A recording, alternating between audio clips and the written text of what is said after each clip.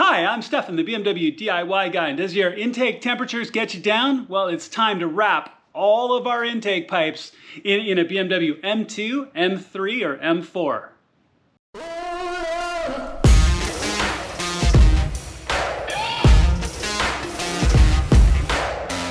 All right, y'all, so let's walk you through the reasons why you'd want to do this project really quick, and I'm going to turn and show you examples through the engine bay in just a second. But heat is the enemy of your motor, pretty much at all levels, right? Too much heat is bad for your motor at every place.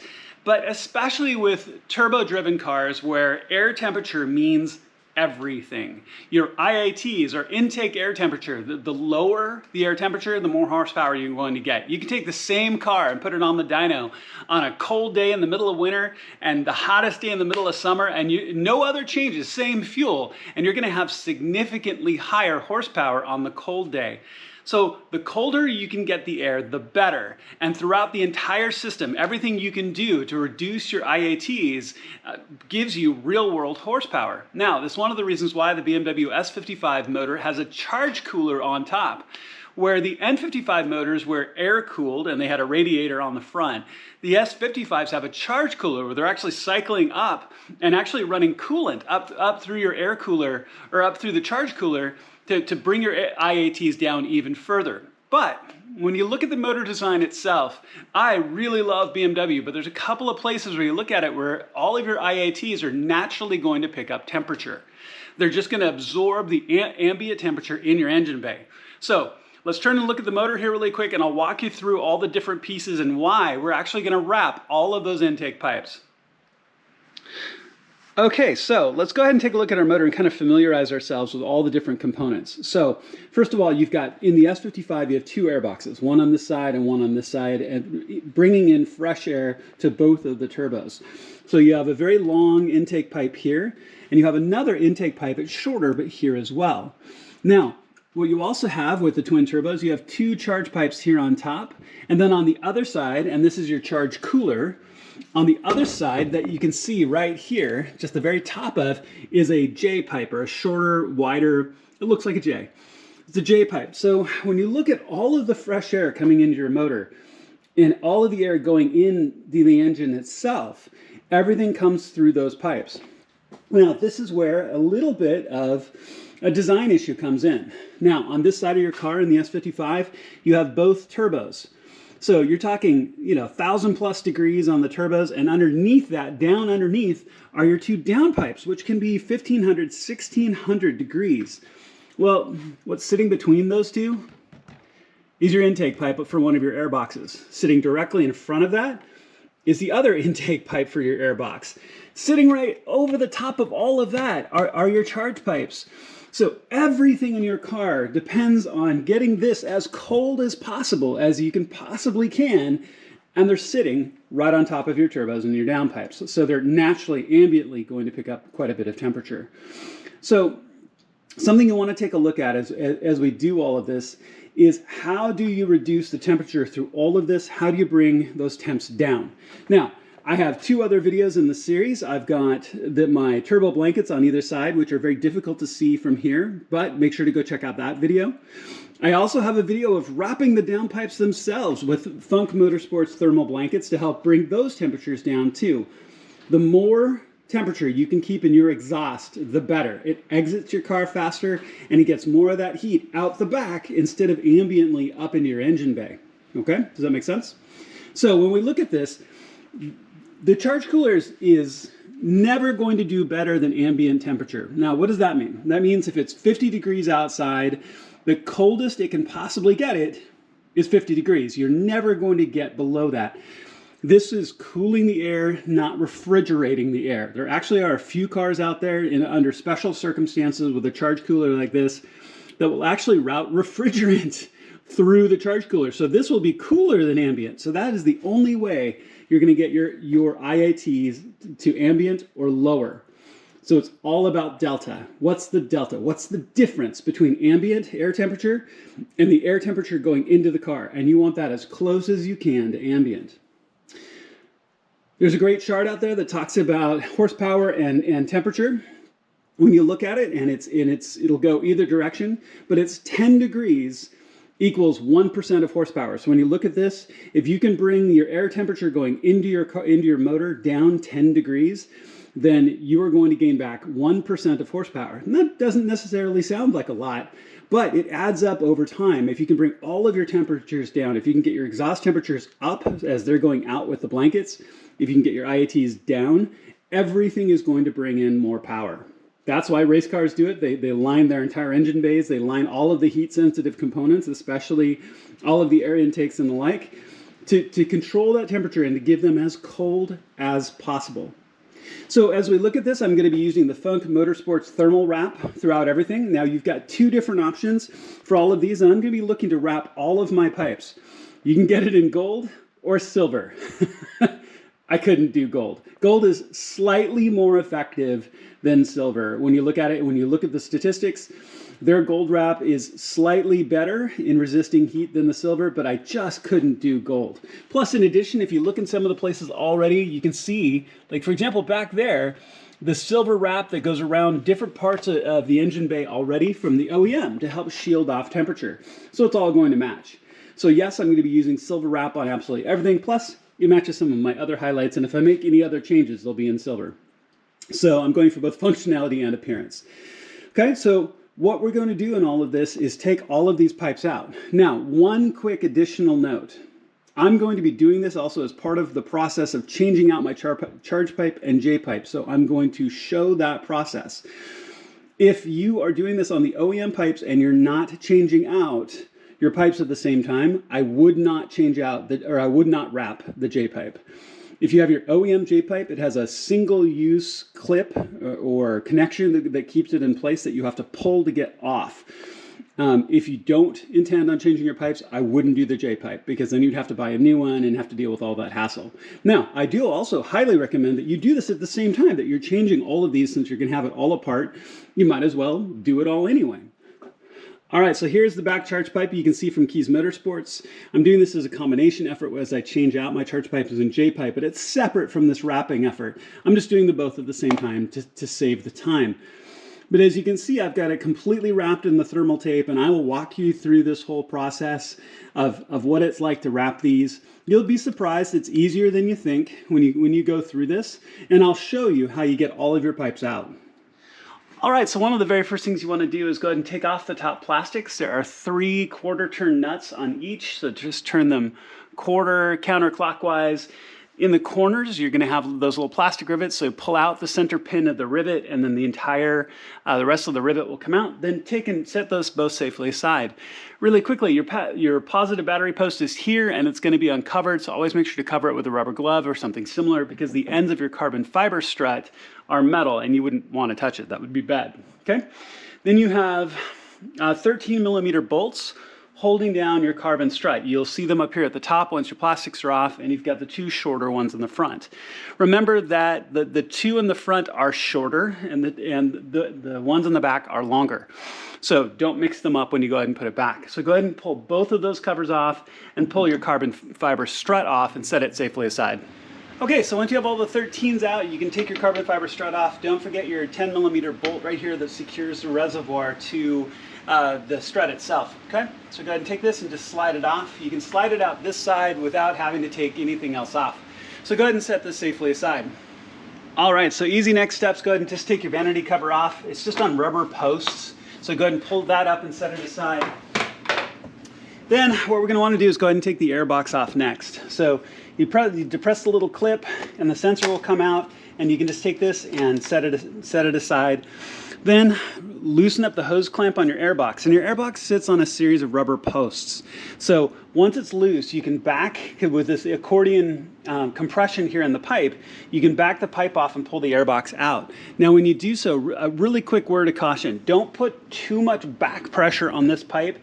It's on a plastic a connector right here with a 10mm bolt that we're going to get to in just a second. But if you put too much pressure on that, you can shear it off, and that's a bit of a drag. I've done it. So be careful when you take this off. Don't be pushing hard back. Just undo this, pull the hose back, and then lift your air box up and out. So go ahead and get all of this done. Then we're going to be looking to take our charge pipes out and taking the air intake out itself. All right, so now that the air box is out, we've got a better view to the bottom of the charge pipes as well. Now you can go ahead and take this intake pipe out. Make sure not to drop your hose clamp. Bit of a drag if it hits the bottom of the car. Now you should be able to see right here, there's a 10mm bolt that holds this entire pipe in place. So go ahead and take that out and then just lift this pipe off. It just necks down onto your turbo. So go ahead and take that out. And then also go ahead and loosen all 4 of the hose clamps up here at the top of your charge pipes. And then I'll focus in a little bit better and you can see the 2 bolts that are holding in the bottom of the charge pipes themselves. All right, so let me freehand the camera here for a second so we've all got good lighting all the way around. You can see right here and also on the back right there, we've got 2 E10 bolts, and so they're reverse torques. So it's a E10 reverse torque socket, and then you can back both of those bolts out. When you take them off, sometimes they'll stay in the charge pipe, sometimes they'll come out. Just don't drop them, that's a hassle. And then, the other fun thing is just while we're here, you can see my Funk Motorsports turbo blankets there and there that I installed and went through and have that other DIY for. So you got a good clear view of them right in the car right now. Okay, so now that both of your hose clamps, or all of your hose clamps for both of your charge pipes are loose, go ahead and take out both of those bolts. When both of those bolts are out, just simply grab the top of your charge pipe and slowly start to wiggle it out of the rubber grommet. If it's stuck really tight, you can work a plastic pick tool, or use a pick tool, to work in between the rubber and the plastic just to kind of loosen up the rubber, and go ahead and back it off. Then go ahead and take both of these rubber sleeves off and all of the hose clamps and set them aside. All right, so with the charge pipes off, a couple of just quick things to check about while we're here. So first of all, make sure to take the rubber boots off the top of your charge cooler. Don't drop the hose clamps. In addition, as you can see right here and right back there, and also right there for the fresh air intake, we've got open ports into the turbos. So I usually use a microfiber rag and stuff them into the top of those to make sure I don't drop anything. Okay, so let's go ahead and look at the J-pipe side of all of this on how you're going to take that out. So first of all, you've got your 2 coolant hoses that come up to your charge cooler, and you've got a hose clamp right here that we're going to have to loosen in just a moment. But go ahead and pull your coolant hose out of the clips here, actually on the intake pipe. The other bracket right here actually has a reverse Torx bolt right here underneath. I'm sure it's in the shadow, it's a little hard to see, but you can see it easily with your eyes. Go ahead and pull that out, and then you're going to have just a little bit more flexibility out of your charge cooler, because what we don't want to do is have to drain any of our coolant. This will allow us to pull the charge cooler off once it's loose here and the sensor's unplugged, pull it off its feet and set it off to the side just enough that we can get to the J-pipe right here. Okay? So pull this hose out, undo this little clip, get the hose free. You can pull out the Torx bolt, or the reverse Torx bolt right here, which I believe is an E6, but I'll check it in just a moment. Go ahead on this side, use your screwdriver, release that top hose clamp, and very often that rubber boot is very stuck down. So take a 90-degree pick and walk it around between the hose clamp and your charge cooler. And then your sensor right here has a little lift clip on it. So you just lift the little tab inside the clip and press the plug off the sensor. Okay, so go ahead and do all that, get caught up, and then we're gonna lift the charge cooler and set it off to the side. So this is actually an E8 reverse Torx, and as you can see, just the bracket's loose. That's just gonna give us a little bit more flexibility. Now this is a metal pipe, so you're not gonna be able to move it much, but we just need enough to lift. So I've gone and loosened the hose clamp on this side. Here's my 90-degree pick that I walked around the rubber boot a little bit. I also used my pick to lift the lever, the little locking lever on that plug, and then I just pushed it down. And it's okay if it falls down right now because we're going to get it in a second. Okay, so now that that's done, you can just start to walk your charge cooler up and just be gentle. So it's on rubber feet, so there's one just popped free. Get underneath, you can pop the other side and just slowly walk it up off of its feet. And it may fight you here on the rubber boot side, and mine definitely is. So I'm going to continue to walk my pick around to loosen up the boot right there, because it's mostly off of its feet right now. It's just the rubber boot that's holding it down. So make sure to loosen that up and then just gently get it up and free and tip it at an angle and set it off to this side so you can clearly see the J-pipe, and I'll show you what that looks like next. All right, so as you guys can see, the intercooler is up and off to the side. The charge cooler puts a little bit of a kink in the hoses, but that's okay once or twice. Don't do it often. All right, so now you can see the J-pipe here, and it's really easy to see with your eyes. Here's the top of the J-pipe and its rubber collar. Right down here, you have an air hose connected to the J-pipe. It's got that typical kind of round outer collar that you squeeze and pull. I would do it before you disconnect the J-pipe because it gives you a little more tension on the pipe. Now, in addition, right here, you'll see a little white tab. Use a pick tool to pick that white tab out. This is that skeleton band that holds it into place. Pick that white tab, grab it and pull, and then your J-pipe is free and you can take it off. All right, so as you can see, my J-pipe is almost off entirely. One more quick thing, there is a wire harness that comes down with a little metal clip on the back of the J-pipe right here. So you can use a pick tool to get underneath that little frame for the clip that holds it in place, and go ahead and pull that free. And then go ahead and take your J-pipe out and set it aside. All right, so if you have your charge pipes out and if you have your J-pipe out, if you're taking it out, the last thing we're going to do is take the airbox pipe out on this side. Now, the airbox in this case is attached to its entire intake pipe all the way down. Now, one exception. So just like we pulled out the entire intake pipe on that side and it runs all the way down to your intake for the motor, and we took the entire pipe out, we're only going to take the top section of this out. There is a lower section, much like the other pipe, but we'd have to get underneath and pull some bolts from underneath because that pipe is actually bolted into place up against the turbo, and I'm not going to do it. It's more hassle than we need, and I really want this instruction to be something you can do with a few simple tools. So we're going to take off this top section. That will leave a little bit of the pipe of this exposed, but it's not enough, I think, to make that much of a difference. So this is really easy to take off. You've got another one of your air sensor clips or your MAF sensor. So go ahead and just depress the clip and pull that off. You have, well, again, a similar air hose where you press on the round clips on either side, and you've got a hose clamp on this side. So undo all of that, and then this whole pipe will lift off on the boxes. And go ahead and take all of this to your workbench, and we're going to start wrapping these. All right, y'all, so let's go ahead and start taking a look at some examples here. So this is one of my charge pipes and my J pipe here. Now these are new pipes that I'm going to be installing. But I've got my existing air intake pipes as well, as I showed when I took them all out, that we're going to wrap those as well. But these are good examples because we've got some predictable diameter and we've got a little bit more aggressive shapes as well. Now, basically what we're going to need to do is I would highly recommend wiping them all down first and allowing all of your pipes to dry. Make sure they're as clean as possible. I mean, absolutely clean as possible so you get the best possible adherence out of the reflective material. The other part in all of this is going to be basically a big arts and crafts project. So you're going to want to measure, take a look at a measure of your pipe. You can take a strip of the material, wrap it around, find exactly the right length, cut it off, measure it, and then you can use that as predictive for the rest of the diameter. But as you go, especially as something as aggressive as the J pipe, as you can see, I mean, if you keep just wrapping flat, you're going to start getting gaps and it's going to gap badly. Obviously, we run into the meth port bungs and we've got the vacuum line as well. So all of this is just going to have to just take your time. You know, cut a little bit narrow strip that arrows out and then cuts back down. All of these things to make sure you've got a really good clean wrap. So I would suggest that you start on one of the easiest ones first. So your J pipes are good for that because they do have some bends in it, but you've got large sections of big predictable amounts of space that you can work with and start to get used to working with the material.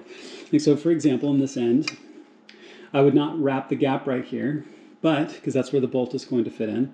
But right here where it starts, I would wrap all the way up till I get to the bend, because that's going to be flat and predictable all the way to there.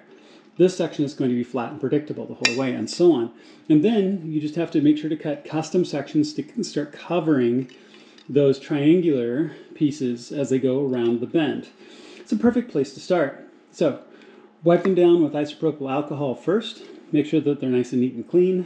And then in the video description, I will have links to all the materials I used, and I have a very large sheet of the insulation material that I'm going to be using. And obviously I haven't unwrapped it yet, but I'm going to unwrap it. I'm going to measure.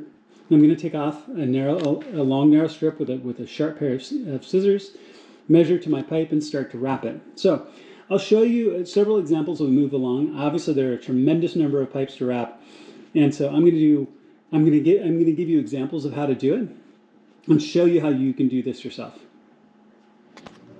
Okay, so let's catch up here really quickly. So as you can see, I'm wrapping around the badge, cutting a little bit short. I want to leave the badge exposed. It's cool. But then we're going to hit these bends, so we're going to have to cut a little bit better to start to wrap around the bends. So, for example, in this case, you'd be narrower on this side and then widen as you come out to get around that bend until you can straighten out completely and hit another whole straight section right here. Okay? Continue to work your way down, work your way all the way down the pipe. And we'll take a look at it, what it looks like when it's done. All right, so just quick review, quick catch up. So you can see both charge pipes are done. The J pipe is done. I gave a generous amount of space for the rubber boot to make sure that it had plenty of space to sit up and not potentially be fouled by the tape at all. But I would recommend starting with the charge pipes because you're going to learn the technique as you go. You're going to learn how to stretch the material and overlap and measure exactly to get it all around. And like I said, I'm dealing in 1-inch strips. So I've been cutting off long 1-inch strips off the material, and then I cut it to length. On these charge pipes, it was about 6.5 inches, was about perfect, to make it all the way around, to come around some of the bends a little bit. And really, as you can see, overlapped really quite nicely because the material really does work with you very nicely. Now, on the J pipe, it's again 1-inch strips by 10 inches. And this is definitely harder. So start on your charge pipes to learn the technique and then move on to the J pipe. Now, the one thing I did, I finally, at the end of the J pipe, there's just no way to close that amount of curved gap. So I worked my way down the pipe, around the meth bungs, around the air hose, and then really got to this point where there's this V-shaped gap here that I can't get around. So I did a tape run right here, and then closed that gap with 2 smaller pieces so I didn't overlap too much. I didn't end up being overly thick. But I really do feel it's important to have the J pipe be properly insulated as well, because if you think about it, all your air coming through your charge cooler, as cool as it possibly can be, is going briefly through your J pipe and then into the motor. J pipe is exposed to the heat of the engine bay, so it's going to absorb some heat. This metal is going to absorb some heat, so it really is a good idea. So all of that is done. Finish up any other pipes you're going to wrap, and let's go back and reinstall. All right, so if you decided to do your air intakes just like I have, let's go ahead and put those back together now. But a couple of lessons learned before we put it all back together. So now here's the air intake for the far side.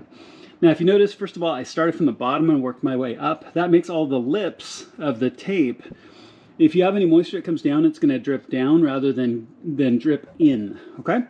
The other thing is that this material sticks very well to itself and sticks very well to metal or painted metal, but not quite as well to plastic. So what I made sure to do was have very, very healthy overlaps on all of my runs. They overlap each run by about 1/4 of an inch or more, and then they overlap themselves by about 1/2 inch or more. So it sticks to itself really, really well, okay? And in the order of operations, I would do the charge pipes first. They're the easiest. The J pipe is not hard. It's just got a lot of angles.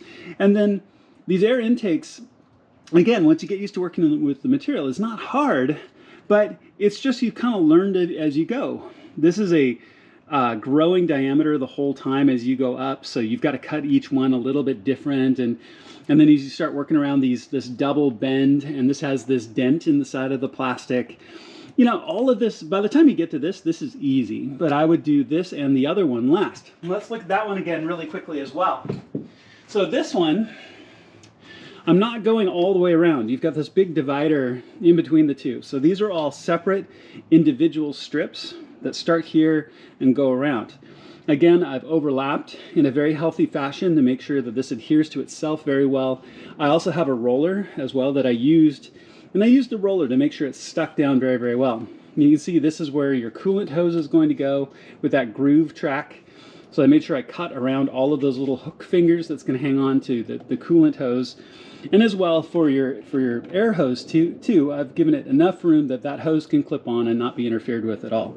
Okay, and also around the sensor, as you can tell. So let's go ahead and start putting this all back together. So we'll put this one in first. Just reverse your order. Just walk this back into the intake pipe, slide it down onto your air intake that comes through from the front of the car. This is where this neck is on here, and you're going to walk it down into its rubber grommets and secure with the hose clamp at that end. Also make sure to put it over the clip here in the center, right here, and you're good to go. And then we're going to jump and we're going to take a look at putting all the rest back together. All right, so I'll give a closer look on the throttle body here in just a second when we get the J-pipe reinstalled, but a couple of things that you're going to want to do beforehand. So first of all, make sure to check out my series on insulating all of your pipes, which is why these are wrapped. So I have a separate video on that, so don't be surprised to see this insulation on a number of the pipes as we reinstall them. But some of this is easier to point out before we put back into the car. So here is your J-pipe, and a couple of things you're going to want to do first. Make sure that you put the new gasket in, and I would also recommend that you take just a tiny little bit of oil and put a little bit of oil around the ring of the gasket itself to help this slide into place, because if it's not, it can fight you as you put it onto the throttle body. Now, when we put our clips on, your clip is going to go feet down, and it's going to go in sideways, because this is where the pipe is going to sit, and your clip is going to go on this way. So when you're in there, you're going to slide your J-pipe up into place and put the clip on into place. Before you do that, go ahead and put your rubber coupler on. It's a lot easier to do it outside of the car, and you can make sure that your hose clamp is straight and down tight. Okay, and it's in a good position where I've got plenty of the rubber coupler still to fit onto the charge cooler itself. And then also the meth bungs. Make sure that they're down and snug. Don't crank on them too hard, but make sure they're down and snug. You wouldn't want those to be loose and introduce any sort of boost leak, because that would suck. Okay, so basically what you're going to do at this point is just take this and slide it back up onto the throttle body. Make sure it goes all the way up. It won't quite click, but there's a bit of thunk when it makes it all the way up against the throttle body. Then put this clip on. And the clip should be all the way in and seated, and then go ahead and press on it, make sure it doesn't come off and it's held securely. Okay, so go ahead and get this reinstalled. All right, so the J-pipe is in place. Let me kind of lean forward so you can get a look at it here. As you can see, the clip has come in here from the back side of the motor, or the right side, and it's gone in. Go ahead and reconnect your air hose down here. You press it in until it clicks, and it should fit into place very nicely. Now, with the rubber coupler, sometimes you want to make sure it's at the right height. If it's too low, you're not going to get a good fit and seal against the base of your charge cooler. Or if it's too high, then you can feel that the charge cooler is sitting out of position. So if need be, you can adjust this. You still have the space to be able to do so. Just adjust your charge cooler back over, release the hose clamp, settle it back into the right position. Now, the other thing you're going to do is hang your bigger hose clamp on here in a place where you can get to it, because obviously when you swing this back in place, you're gonna have to pull that hose clamp up and tighten it down. I usually put the little worm drive on this side right here, because I can easily get a wrench to it. These particular hose clamps are 8mm, so I just get an 8mm socket on it and just turn it and tighten it. Okay, so go ahead and get your charge cooler reseated, and we're starting to put it back together. Okay, so the charge cooler is down and back into place, so make sure that hose clamp on that side is tight, but don't overstrip it, right? It just has to be really, really snug. Make sure that your charge cooler is down on its feet. You can see one of these in front underneath these hoses, and it works just fine. And then if you went ahead and if you loosened any of your hoses here, go ahead, put it back in the clip and put it back into these little clip holders that sit on your air intake. Okay, so then let's move back over to the other side of the car and start putting that back together. All right, so let's go ahead and get our charge pipes in, but go ahead and get your rubber couplers reinstalled to the charge cooler itself. Put the two hose clamps on, put the one closest to the charge cooler you can tighten down. Make sure that the couplers are in and flush and your hose clamp is tight, okay? Then also on your charge pipe, again, make sure to put in the O-ring, and you can put just a little light bead of oil all the way around on the inside to help you put this into place. And then we're also going to be replacing the bolts we used to hold this down. Provided are some new Allen bolts with washers, so we'll use those. So we're going to install the charge pipes, reinstall the fresh air intake pipe that sits in between, and that just pressure fits down into place with that 10mm bolt. And then put your front charge pipe back on as well and secure it all down. What I normally do is I'll fit this into place, kind of Tetris, wiggle it into place and get it seated, and then I'll get it fitted up into the rubber collar and get it all tightened down. All right, so as you can see, the back charge pipe is in place and secure, with the exception of, I'm gonna put the new bolt in just a second. It is a 5mm Allen. For the new bolts from the Keys kit. Now the other thing is, if this is really fighting you, and I've done this both ways on how to get the pipe into place, I really do prefer to have the pipe in place and then fit the charge pipe into it with the rubber coupler. But if that's fighting you and you just can't seem to get it to fit that way, The other thing you can do is you can slide the rubber coupler down your charge pipe with your hose clamps on this side, line it all up, and then slide the coupler forward. Just make sure it's fully flush up against the charge cooler, then tighten everything down. And with your hose clamps, make sure that the little extensions for the extra material on the hose clamps is curved downward, and you can get to that easily on top. Okay, so just repeat the same process now, but also put your fresh air intake in. It just pressure fits onto the pipe. Put your 10 millimeter back in after you put in the 5 millimeter Allen for the charge pipe. Put the front one in, get that all cleaned up, and we're almost done. Okay, so back charge pipe, front charge pipe, then the fresh air pipe, and put that 10 millimeter back in to hold it into place in the bracket. Now keep in mind with the additional width of the insulation tape, plus a slightly different shaped charge pipe, fitment is going to be pretty tight putting that bracket back on, or at least it was in my case, but you just can be no problem getting it aligned, but just it's not quite as loose as it was before. All right, so now you'll want to drop your air box back in, and I usually drop it in the front edge first to get onto the air duct that's right here in the front. Drop it in, press it down into place. It puts itself back into these rubber grommets. Plug your air sensor back in, and you're almost done. So with your carbon fiber strut bar back on, and the proper torque values for these bolts will be in the video description, so make sure to check that out. All you have to do now is just put the plastics back up in the front. They have little teeth that fit in the center. Just fit in and lay it down. Quarter turn those nuts, put the plastic rivets back in, and you're all good. And at that point, just do a last double check. Make sure you don't have any parts left over, anything like that. And if you don't, you should be good to go. Go ahead and wrap up, clean up, put your tools away. All right, so everything is back reinstalled and everything all wrapped perfectly in the Funk Motorsport insulation material. And as you will learn as well as you go through the whole process, it's really not that hard to work with. It just takes some time and some patience. I am really looking forward to the results on this, which I will include in all the video description down below, because I've taken logs before and I have logs for after as well. So look there if you want to see the results and how this affected my IATs or air intake temperatures. It can make a huge difference. Thank you so much to Funk. I really appreciate it. I would combine this effort if you were changing out your charge pipes at the same time, but as I mentioned earlier, you can definitely do this as a retrofit as well. Funk is fantastic. Make sure to check them out. They have fantastic products now throughout my entire car as I look to use their products to enhance the performance of my M2. Please click subscribe and the little alarm bell. It makes a huge difference to my channel. I have a ton of content coming soon, and I'll see you on my next video.